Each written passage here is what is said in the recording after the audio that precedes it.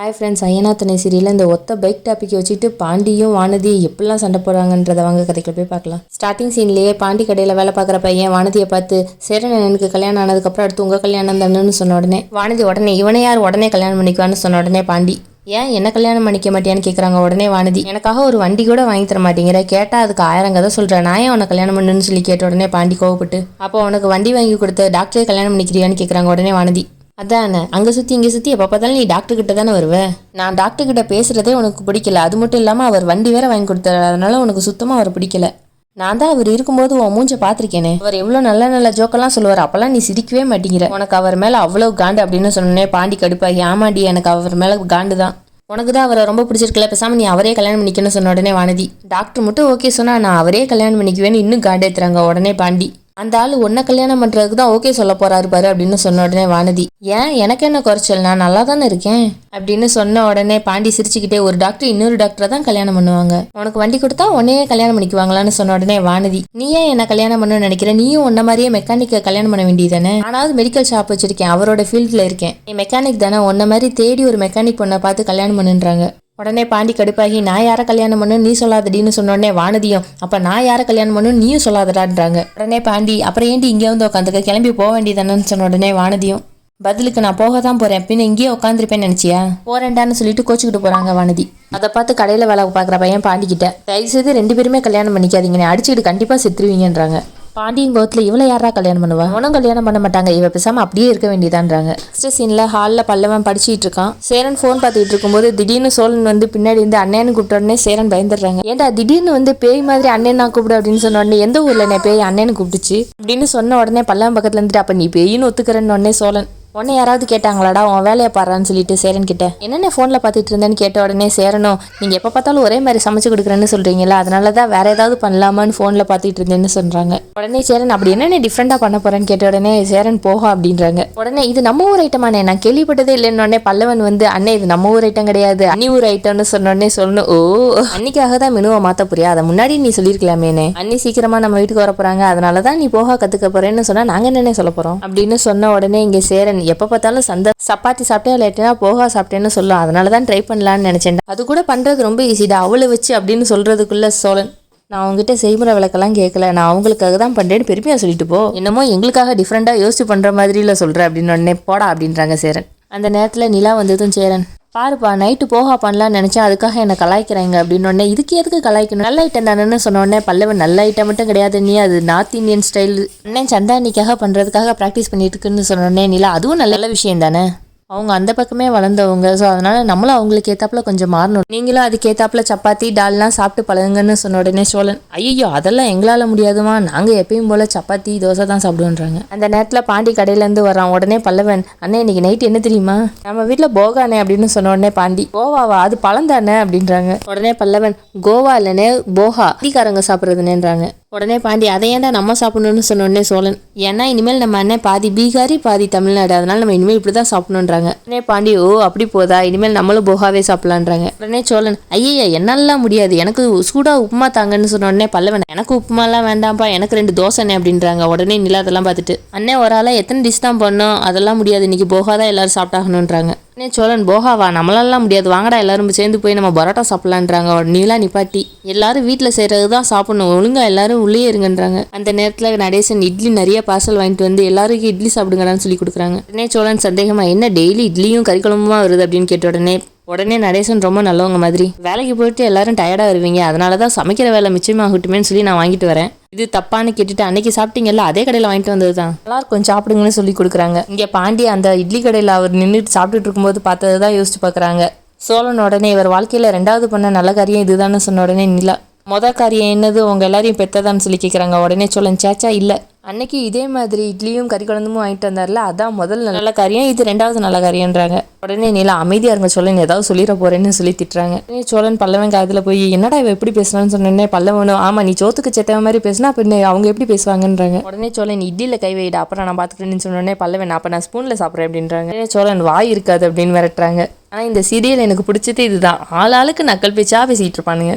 சேரன் பார்சலை பார்த்துட்டு என்னப்பா இவ்வளோ வாங்கிட்டு வந்திருக்கீங்க, அன்றைக்கும் நிறையா தான் வாங்கிட்டு வந்தீங்க, இன்றைக்கும் நிறையா வாங்கிட்டு வந்திருக்கீங்கன்னு சொல்லி கேட்ட உடனே நடேசன், ஓடி ஆடி வேலை செய்கிறீங்க, நல்லா சாப்பிட்டா தானே நல்ல இளந்தாரி பையன் மாதிரி இருக்க முடியும், அப்போ தானே என்ன மாதிரி தெம்பாக இருக்க முடியும்னு தாம் பெருமை வேற. உடனே சேரன் சந்தேகமா என்ன திடீர்னு இந்த மாதிரிலாம் பண்ணுறீங்கன்னு சொல்லி கேட்குறாங்க. உடனே சோழனும் ஆமாம் நாங்கள் இவ்வளோ நாள் வேலை பார்த்துட்டு தான் இருக்கோம், என்ன திடீர்னு அக்கறை அப்படின்னு கேட்குறாங்க. நடேசன் சமாளிக்கிற மாதிரி என்னடா அக்கறை பட்டாலும் தப்புன்றீங்க, அக்கறை படாட்டினாலும் தப்புன்றீங்க அப்படின்னு கேட்டு வாயடிக்க வைக்கிறாங்களாமா. உடனே நிலா அதெல்லாம் கேட்டுட்டு விடுங்க அவரே ஏதோ பண்ணணும்னு நினைக்கிறாருல்ல அப்படின்றாங்க. உடனே சேரன் உங்களுக்குள்ள என்ன மாற்றம் வந்துச்சுன்னு தெரியல, எங்களை பற்றியெல்லாம் யோசிக்கிறீங்க அப்படின்னு சொல்லி கேட்ட உடனே நடேசனும் ஒரு புண்ணாக்கு மாற்றமும் இல்லை, நல்லா இருக்கும் அப்படியே கறிக்குழம்போட வச்சு சாப்பிடுங்கன்னு சொல்லிட்டு நைஸா எஸ்கேப் ஆயிடுறாங்க. உடனே சொல்லணும் ஆமாமா இல்லைன்னா அந்த போகாவை போட்டு கொலை பண்ணுவேன் நீ அதையே கொடுனேன்றாங்க. உடனே சேரன் சிரிச்சுக்கிட்டே இன்னைக்கு இல்லாட்டினாலும் நாளைக்கு நான் உங்களுக்கு போகா தாண்டா பண்ணி கொடுக்க போறேன்றாங்க. உடனே சோழனும் அன்னை விடாது போலடான்னு சொல்லிட்டு போறாங்க. இங்க பாண்டி நேராக அவங்க அப்பா கிட்ட வந்து நிற்கிறாங்க. அதை பார்த்தா அவங்க அப்பா என்ன வண்டி இந்த பக்கம் வராது இப்போ வந்து நிற்கிதுன்னு சொல்லி கேட்ட உடனே பாண்டி வாங்கிட்டு வந்து இட்லிக்கு ஏதாவது கதை இருக்கா அப்படின்னு சொல்லி கேட்ட உடனே நடேசன் இட்லிக்கு கதையா அப்படின்னு கேட்டுட்டு இட்லி எப்படி பண்ணுறதுன்னு உட்காந்து ப்ரொசீஜர் சொல்லிட்டு இருக்காங்க. உடனே பாண்டி இட்லி மாவு எப்படி அரைப்பாங்க, இட்லி எப்படி செய்வாங்கன்னு நான் கேட்கல, டெய்லி இட்லி வாங்கிட்டு வரீங்களே அதுக்கு பின்னாடி என்ன கதை இருக்குன்னு தான் கேட்குறேன்றாங்க. உடனே நடேசன் திருட்டு மொழியோட அதெல்லாம் ஒரு கதையும் இல்லையே அப்படின்றாங்க. உடனே பாண்டி எங்க மேலே உள்ள அக்கறையில நீங்க வாங்கிட்டு வந்தீங்கன்னு சொன்னா அதை நம்புற மாதிரி இல்லையேன்னு சொன்ன உடனே நடேசன் நம்புனா நம்பாட்டினா போடா வேணா இட்லியை வேணா நாய்க்கு கூட போடுறா அப்படின்னு சொன்ன உடனே பாண்டி நாய்க்கு போடுறோம் இல்ல பேய்க்கு கூட இட்லியை போடுறோம், நாங்க கேட்டது கேள்விக்கு மட்டும் பதில் சொல்லுங்க, எப்ப பார்த்தாலும் அந்த இட்லி கடையிலே உட்காந்துருக்க மாதிரி இருக்கேன், 3 வேளை அங்கதான் சாப்பாடு அப்படின்னு கேட்கறாங்க. உடனே நடேசன் 3 வேளை சாப்பிட்றேன் இல்ல 30 வேளை சாப்பிட்றேன் உனக்கு என்னடான்னு கேட்ட உடனே பாண்டி நானும் பார்த்துக்கிட்டு தான் இருக்கேன், எப்ப பார்த்தாலும் அங்கேயே இருக்கீங்க, இதுல எங்களுக்கு வேற சாப்பாடு வாங்கிட்டு வரீங்க, அப்படி என்ன அந்த கடை மேல பிரியன்னு கேட்ட உடனே நடேசன் ஒரு பிரியமும் இல்லடா அந்த இட்லி நல்லா இருக்குன்னு சொன்ன உடனே பாண்டி இதை நான் நம்பணும், டெய்லி இட்லி வாங்கிட்டு வரீங்க பிரச்சனை ஆகாம இருந்தா சரிதான்றாங்க. நடேசன் என்னடா எனக்கே அட்வைஸா நான் அப்படா அப்படின்னு சொன்ன உடனே பாண்டி அவளை பத்தி தெரிஞ்சதுனாலதான் சொல்றேன்னு சொன்ன உடனே நடேசன் சொல்லிட்டு கிளம்பு அப்படின்றாங்க. இப்பயும் பாண்டி அவங்க அப்பாவே பார்த்துட்டு இருக்கிறத பார்த்துட்டு நீ கிளம்பாட்டினா என்ன நான் கிளம்புறேன்னு சொல்லிட்டு எஸ்கேப் ஆகி ஓடிடுறாங்க. நெக்ஸ்ட் சைட்ல நிலா அவங்க ரூம்ல உட்காந்து ஏதோ ஆழ்ந்த யோசனையில இருக்காங்க. அதை பார்த்து சொல்லணும் என்ன ஏதோ ஆழ்ந்த யோசனையில இருக்கிற மாதிரி இருக்குன்னு கேட்ட உடனே நிலாவும் அது வந்து சோழன் அப்படின்னு இருக்கிறதுக்குள்ளேயே சோழன் பாட்டு நானே கண்டுபிடிச்சு சொல்றேன்னு சொல்லிட்டு 2 நாளா இட்லியா சாப்பிட்றோம் உனக்கு அது போர் அடிக்குது பரோட்டா சாப்பிடணும்னு நினைக்கிறேன் அப்படின்னு சொன்ன உடனே நிலா கடுப்பாகி உங்க மண்டையில ஓடுறதெல்லாம் நான் நினைக்கிறேன்னு சொல்லாதீங்கன்னு திட்டுறாங்க. உடனே சொல்ல நான் அதை தான் நினைச்சேன், நாளைக்கு மட்டும் அந்த ஆள் மறுபடியும் இட்லி வாங்கிட்டு வரட்டும் அப்புறம் இருக்குன்னு சொல்லிட்டு ஏன் நிலா எப்படி அந்த ஆள் இவ்வளோ நல்லவரா மன்னாரு நீ அட்வைஸ் பண்ணியா நிலான்னு சொல்லி கேட்ட உடனே நிலா அட்வைஸ் பண்ணா உடனே அவங்க கேட்டுருவாங்களான்னு சொல்லி கேட்ட உடனே சோழன் ஆமா அவர் யார் சொன்னதே இந்த இதுவரையும் கேட்டிருக்காரு அப்படின்னு சொல்லிட்டு சரி நான் என் தோழியை ஒத்துக்கிறேன் நீ என்னென்ன மனசுல நினைச்சேன்னு சொல்லுன்றாங்க. எல்லாம் இந்த வீட்டை பத்தி தான் சொல்லணும்னு சொன்ன உடனே சோழன் வீட்டுக்கு டிவி வாங்கியாச்சு அடுத்து வாஷிங் மிஷின் வாங்கலாம்னு சொல்லி யோசிச்சுட்டு இருக்கேன் நிலான்னு கேட்ட உடனே நிலா மக்கள் தானே உங்களுக்குன்னு சொல்லி அடிச்சுட்டு சந்தா வீட்டுக்கு வர போறாங்க, உங்களுக்கு தேவையான வசதியெல்லாம் இந்த வீட்டில் இருக்கா அப்படின்னு சொல்லி கேட்குறாங்க. அதான் அவங்க ரூமுக்கு தேவையானதெல்லாம் நம்ம வாங்கி போட்டிருக்கோம்ல, சொல்ல போனா நீ இந்த வீட்டுக்கு வரும்போது அது கூட இல்லை அதெல்லாம் நீ அட்ஜஸ்ட் பண்ணி தானே இருந்தேன்னு சொல்லி கேட்ட உடனே நான் இருந்தேன்றதுக்காக எல்லாரும் இருப்பாங்கன்னு சொல்ல முடியுமா சோழன் அப்படின்னு கேட்ட உடனே சோழன் அவ்வளோ வசதியாக இருந்த பொண்ணு நீ ஏன் இங்கே வந்து இருக்க அவங்களால இருக்க முடியாதா, அது அந்த வீடு சாதாரண வீடு தானேன்னு சொன்ன உடனே நிலா இந்த ரூமில் நம்ம கட்டில் மெத்தை மட்டும்தான் வாங்கி போட்டிருக்கோம், மற்றபடி மற்ற பொருளுங்களும் இருக்கணும்ல, அதனால நம்ம ட்ரெஸ்ஸுக்கு செலவு பண்ணுற மாதிரி நகைக்கு செலவு பண்ணுற மாதிரி கொஞ்சம் இந்த வீட்டுக்காகவும் செலவு பண்ணணும்னு சொல்கிறாங்க. கல்யாணத்தை நம்ம கிராண்டாக பண்ணுறதுனால பெருசாக எதுவும் ஆயிடாது, ஆனால் அதுக்கப்புறம் வாழ்கிற வாழ்க்கை பர்ஃபெக்டாக இருக்கணும்ல, அதனால அதுக்கு தேவையான பொருளெல்லாம் நம்ம வாங்கி கொடுக்கணும்ல, வந்து அட்ஜஸ்ட் பண்ணிட்டே இருங்கன்னு சொல்கிறதுல என்ன நியாயம் இருக்குன்னு சொல்லி கேட்குறாங்க. உடனே சோழன் ஏன் நீ இந்த அளவுக்கு யோசிக்கிற அப்படின்னு சொல்லி கேட்ட உடனே நிலா நான் யோசிக்காம வேற யாரும் யோசிப்பான்னு கேட்ட உடனே சோழன் இந்த குடும்பத்துக்காக இந்த அளவுக்கு யோசிக்கிறது எனக்கு ரொம்ப கஷ்டமா இருக்குன்னு சொன்ன உடனே ஏன் அப்படின்னு கேட்குறாங்க.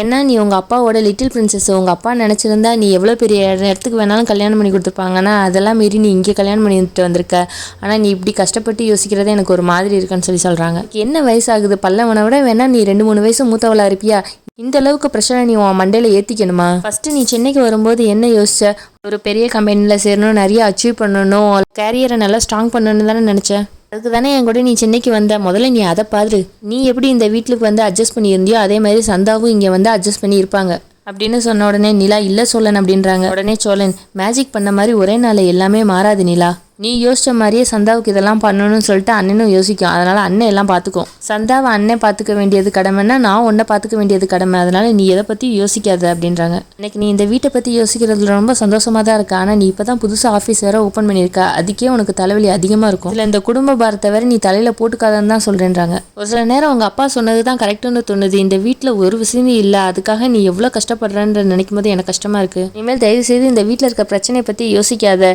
நீ ஃபங்க்ஷனுக்கு என்ன போட போடலாம், என்ன ஜுவல்ஸ் போடலாம், என்ன மேட்சிங் ட்ரெஸ் போடலான்றதை மட்டும் யோசி அப்படின்னு சொல்கிறாங்க. இந்த மாதிரி ஃபங்க்ஷன்லாம் நம்ம வீட்டுக்கு அடிக்கடி வராது. முதல்ல இந்த மொமெண்ட்டை நல்லா என்ஜாய் பண்ணு. உனக்கு ஏதாவது வேணுமா சொல்லு, நான் உனக்கு கூட சேர்ந்து வந்து வாங்கி தரேன். இல்லை தனியாக பொண்ணு ஆசைப்படியா, தனியாக போயிட்டு வா அப்படின்றாங்க. கொஞ்சம் ஜாலியாக இரு நிலா, நீ சந்தோஷமாக இருக்கேன்னு தெரிஞ்சாதான் நான் உன்னை நல்லா வச்சிருக்கேன்னு சொல்லிட்டு எனக்கும் கொஞ்சம் நிம்மதியாக சந்தோஷமாக இருக்குன்றாங்க. இப்போ சொல்லு ஹாப்பியாக இருப்பியான்னு சொல்லி கேட்ட உடனே நிலாவா ஹாப்பியாக இருப்பேன்னு சொல்லி தோளில் சாஞ்சிக்கிறாங்க. அதுக்கப்புறம் சோழனை பார்த்து, ஏன் சோழன் நார்த் இந்தியன் ட்ரெஸ் போட்டு யாராவது ஜிம்க்கு போடுவாங்களா? போட மாட்டாங்க, நல்லா இருக்காது, அது சேலைக்கு தான் நல்லாயிருக்கும் அப்படின்னு சொன்ன உடனே அப்போ வேற எது நல்லா இருக்கும்னு கேட்ட உடனே அவங்க ஃபோன் எடுத்துட்டு இப்போ போட போகிற ட்ரெஸ்ஸுக்கு என்னென்னலாம் அக்சசரிஸ் நல்லா இருக்கும்னு சொல்லிட்டு சோழன் கிட்ட காமிக்கிறாங்க. இந்த பக்கம் பாண்டி இன்னொரு ரூமில் உட்காந்துட்டு வானதிக்கு கால் பண்ணுறாங்க. இங்கே வானதி கால் அட்டன் பண்ண உடனே வானதி அப்படின்றாங்க.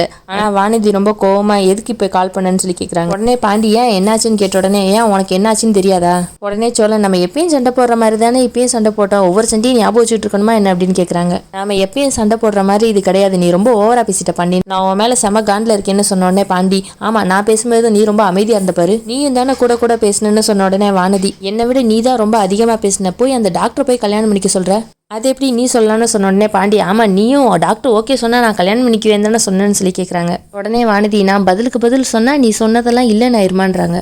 உடனே பாண்டி அதுக்கு நான் இப்போ என்னடி பண்ணணும்னு சொல்லி கேட்ட உடனே வானதி நீ சொன்னது தப்பு, அதனால என்கிட்ட சாரி சொல்லுன்றாங்க.